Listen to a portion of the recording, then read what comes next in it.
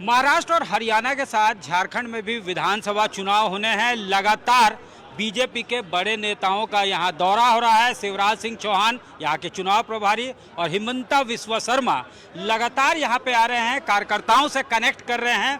और उन कार्यक्रम के बाद अब अमित शाह का यहां कार्यक्रम लगता है। उत्साह बढ़ाने के लिए यहां पे आते हैं और यहां पे जीत के लिए विजय संकल्प दिलवा के जाते हैं।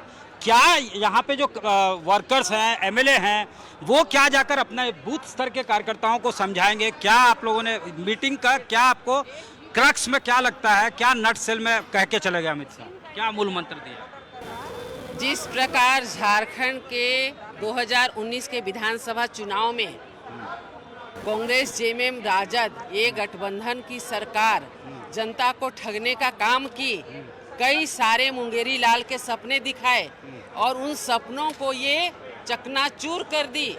हर अनुबंधकारियों को इन्होंने कहा था कि हम स्थायी करेंगे, स्थायी करने तो दूर की बात, उन्हें लाठी डंडे से मार के भगाने का काम कर रहे हैं। रोजगार और भ्रष्टाचार बड़ा मुद्दा है या बांग्लादेश से घुसपैठ? देखिए, आज हमारा डेमोग्राफी भी झारखंड का चेंज हो रहा है। आप आए दिन देख रहे हैं कि किस प्रकार हमारे भोले भाले आदिवासी बहनों को ठग फुसला करके आज उनके ज़मीन को, एक तरह से हम कह सकते हैं कि उनके ज़मीन को ही लूटने का काम नहीं, उनके अस्तित्व को भी मिटाने का जोरदार प्रयास किया जा रहा है। तो कहीं ना कहीं आज झारखंड बचाने की ज़रूरत है। आज हमें जो मंत्र मिला है, हम इस मंत्र को लेकर के अपने क्षेत्र जा रहे हैं। हमारे एक एक कार्यकर्ता जुझारू, संघर्षशील, समर्पित, हमारे ज्येष्ठ, श्रेष्ठ, वरिष्ठ, कनिष्ठ सभी लोग लगेंगे और चुनावी बिगुल बच चुका है। हम झारखंड को बचाने के लिए जो श्रद्धेय अटल बिहारी वाजपेयी जी ने झारखंड बनाने का सपना नहीं बल्कि उसे पूरा किया था, आज झारखंड बचाने का हम वादा करके विश्वास दिलाते हैं जनता को कि हम फिर से झारखंड को उत्तर प्रदेश में ये बातें सामने आई कि कार्यकर्ताओं को तवज्जो जो है बीजेपी नहीं देती है, संगठन से बड़ा जो है सरकार हो गया है। लगातार वहाँ पे बयानबाजी हो रही थी। झारखंड में भी चुनाव आने हैं, यहाँ पे भी इस तरह का शायद कोई फीडबैक था। बड़े नेता लगातार आ रहे हैं, कार्यकर्ताओं को यहाँ पे कितना तवज्जो मिल रहा है? देखिए, कार्यकर्ताओं के बदौलत ही तो हम लोग अभी लोकसभा चुनाव में देखिए किस तरह से यहाँ का लोकसभा चुनाव में क्या रिजल्ट आया। सरकार में जो माननीय मंत्रीगण हैं उन लोग अपना अपना विधानसभा से हार गए। वहाँ उस विधानसभा में देख सकते हैं भारतीय जनता पार्टी का वहाँ कैसे बढ़त बना है।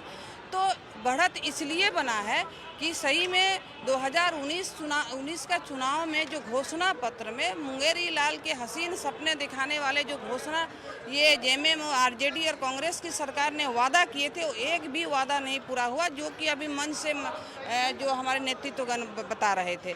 तो इसी आदिवासियों से क्यों नहीं कनेक्ट कर पा रही है पार्टी? 26 सीट हार जाते हैं 2019 में, 28 में से 5 जो है ट्राइबल जो रिजर्व सीट था वो आप लोग हार जाते हैं। देखिए, ये बहुत बड़ी बात नहीं है।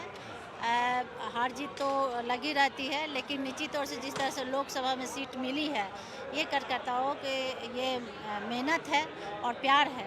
और आप देखिए जिस तरह से अमित शाह जी का ये संबोधन में कार्यकर्ताओं का ये उत्साह बताता है कि 24 में झारखंड में ये भ्रष्ट सरकार को झारखंड की सरकार जनता मूड बना चुकी है कि उखाड़ फेंकेगी।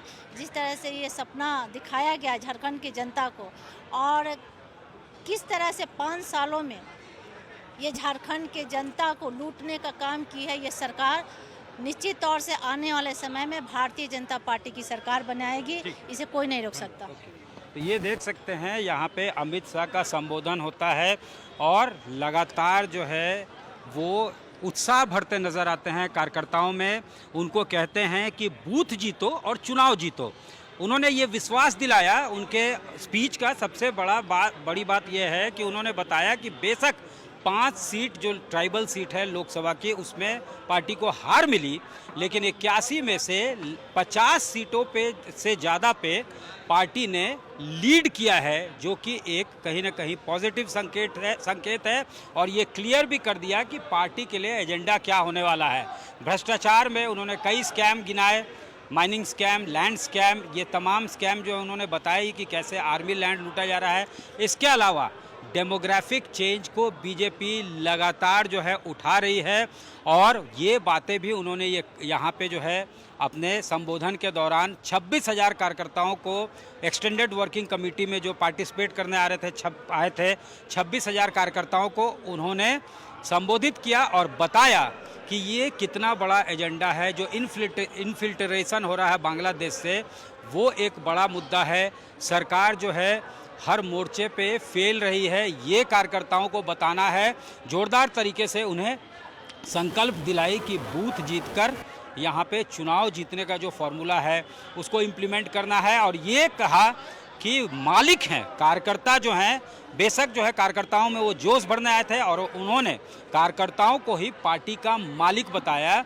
तो एक तरह से चुनावी बिगुल और चुनाव का जो कैंपेन होता है वो यहाँ पे शुरू कर दिया। अमित शाह ने ऑफिशियली लॉन्च कर दिया है बीजेपी का जो कैंपेन है उसको, और कार्यकर्ताओं को बताया है कि वो जाएं, सरकार के निश्चय पत्र में जो सरकार का जो फेलियर है वो बताएं और इसके अलावा ये विश्वास दिलाएं कि बेशक जो है 1951 से लेकर अगर हम बात करें 2011 तक, तो सेंसस की अगर हम बात करें तो अगर 44% से 28% पे आदिवासियों की जनसंख्या आई है, तो उनके ज़मीन की सुरक्षा, उनके संख्या को बढ़ाना, इन तमाम मुद्दों पे चुनावी उन्होंने कह दी है कि बीजेपी की इस बात की गारंटी है कि अगर बीजेपी को वोट इन किया जाता है, उसको पावर में लाया जाता है, तो उन तमाम मुद्दों को देखा जाएगा। और इधर जो है पार्टी ये भी कह रही है लगातार कि एसआईटी का गठन हो, एनआरसी जो है उसको अपडेट किया जाए। लगातार सदन के अंदर और बाहर, सदन से लेकर सड़क तक बांग्लादेश से इन्फिल्ट्रेशन का मुद्दा उठता रहा है, लैंड जिहाद, लव जिहाद का मुद्दा उठता रहा है। हालांकि अगर हम बात करें तो रूलिंग अलायंस जो है, इनकम्बेंट गवर्नमेंट, वो भी ये सवाल उठा रही है कि 10 साल से केंद्र में आखिर किसकी सरकार है, आखिर एसआईटी का गठन वहीं से क्यों नहीं हो जाता है। इसके अलावा एनआरसी जो अपडेट करने की बात होती, तमाम कदम वहाँ उठाया जाना चाहिए। डेमोग्राफी अगर चेंज होता है तो उसकी जिम्मेवारी कहीं ना कहीं केंद्र सरकार की होती है। और इसके अलावा अगर इन्फिल्ट्रेशन हो रहा है तो बीएसएफ जो है किसके अधीन आता है, ये तमाम सवाल जेएमएम के तरफ से, जो रूलिंग अलायंस को लीड कर रही है, उसके तरफ से भी आए हैं। साथ ही साथ ये कहा गया है कि जो बड़े नेता आ रहे हैं वो सिर्फ यहाँ पे नफ़रत की दुकान खोलने के लिए आ रहे हैं, नफ़रत फैलाने के लिए आ रहे हैं, विद्वेष फैलाने के लिए आ रहे हैं। लेकिन उनका कहना है कि काठ की हांडी बार बार नहीं चढ़ती। बीजेपी लगातार कोशिश कर रही है कि किसी तरह से इस तरह के मुद्दों को उठाकर चुनावी बैतरनी पार करे, लेकिन अब जनता उनके मुद्दों को समझने लगी है। इधर बीजेपी लगातार जो है ये कह रही है कि एक बड़ा मुद्दा है यहाँ पे भ्रष्टाचार से लेकर बांग्लादेश से जो इन्फिल्ट्रेशन है, बेरोजगारों को जो नियुक्ति नहीं मिल रही है, और निश्चय पत्र में जो सरकार का मैनिफेस्टो था उसमें जितने वायदे किए गए थे उसमें तमाम वायदे में से ज़्यादा वायदों को फुलफिल नहीं किया गया है, वो अधूरे रह गए हैं।